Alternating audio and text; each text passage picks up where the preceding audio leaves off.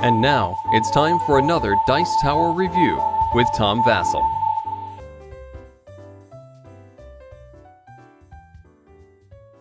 Reiver Games makes some really interesting games. There's a new small company, and I was really impressed with their It's Alive. I like the fact that it was a unique theme, it had some interesting mechanics, and so I was really looking forward to their next game, and their next game, Sumeria. Now, why did we pick this overused, boring as all get out theme? I'll never know. All right, so that's kind of a negative thing for the game right there. I mean, I know there's already a few games out there about Sumeria, and it wasn't like I was dying for a new game about Sumeria. Now, to be fair, I can't think of a theme that fits the mechanics better because the mechanics are basically just moving pieces around and getting tiles, collecting sets of tiles. It's not a bad game. It's interesting enough that I'm actually going to hang on to my copy, but be forewarned, there's nothing really spectacular here. It's good. Not great, not bad, but just good, and it plays fairly fast. Let's look at the game and see how it works. Here's the game board set up for a 4-player game. And as you can see, there's different pieces in different regions, and so each player gets to put out, in the 4-player game, gets to put out 5 of their pieces on the board. Now, the board is broken up into different regions here, and each region is separated by a thick line. Each of those regions has multiple areas in it. There are cities and towns, and then the main city here. And those cities are connected by different roads. At the bottom of the board are different tiles, one for each region on the board. And these tiles are randomly placed, but 3 of these tiles are more important than the others. And you can see these tiles right here. Over one of them is 3 resource tiles, and over another one is 2, and then over the third is 1. That's where the focus is for each scoring round. As the game progresses, on a player's turn, they have several different options that they can take. One, they can add a new person to the board. When you add a new person to the board, you can basically add them wherever you want. When you do, you will look at the region you added them to. So for example, I added it to the region Uruk. Uruk's card is over here. That region goes up 1, pushing the one that was in that place down. So you can get your regions and hopefully push them so that they are in these top 3, or set them up so that they'll be in the top 3 for the next round. Instead of adding someone to the board, and eventually you won't be able to add people to the board because all your people will be on the board, you can move someone to an adjacent spot. Or if there's someone in their way, you can jump over them. Or let's say this blue one, he could jump all the way up to this spot by moving. If you move from one region to a new region, again, the region you move to goes up. And then the third action that you can take is take one of your pieces off the board.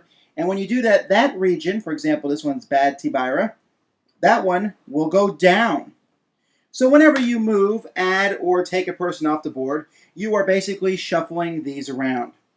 After everyone has taken a certain amount of turns per round, then we'll see who controls each of these 3 main regions.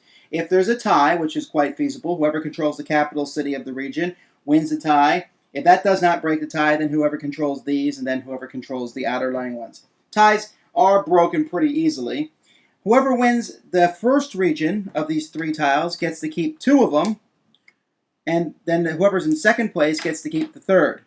In the second region here, whoever wins gets 1 of the tiles, second place gets the other, and then in the third region, whoever wins gets that tile.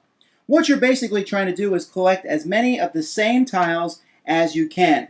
Because, thanks to our neat little scoring chart that's in the book, and it's really just basically squaring, if you look here, and right there, you can see that if you have 1 tile, you get 1 point.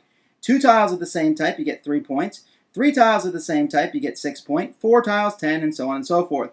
If you manage to get 9 tiles of the same type, and that's all there is in the game, you get 45 points. But that's very difficult.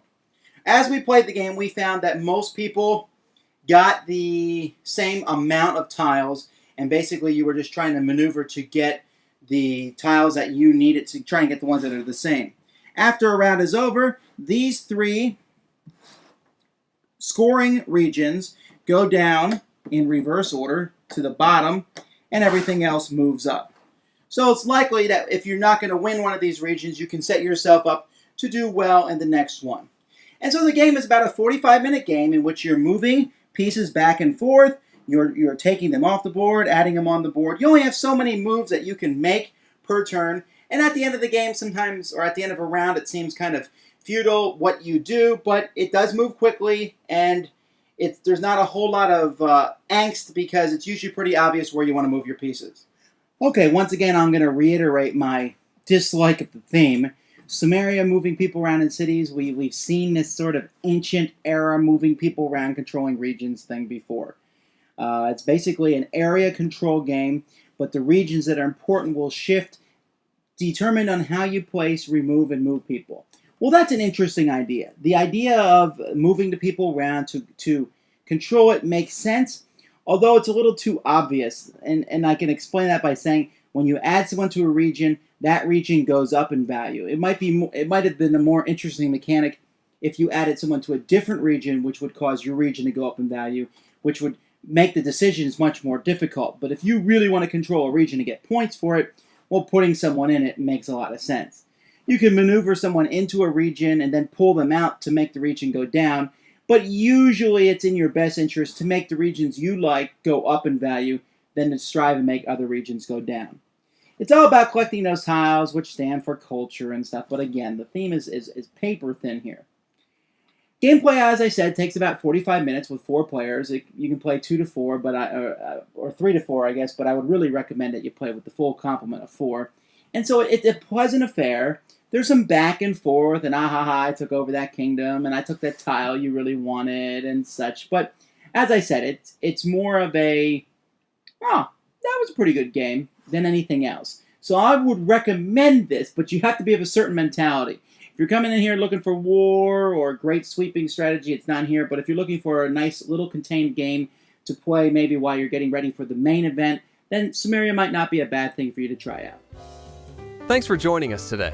For more written, audio, and video reviews, as well as the #1 board game podcast, check out the website at www.thedicetower.com. Until then, this is Eric Summerer, and you've been watching The Dice Tower.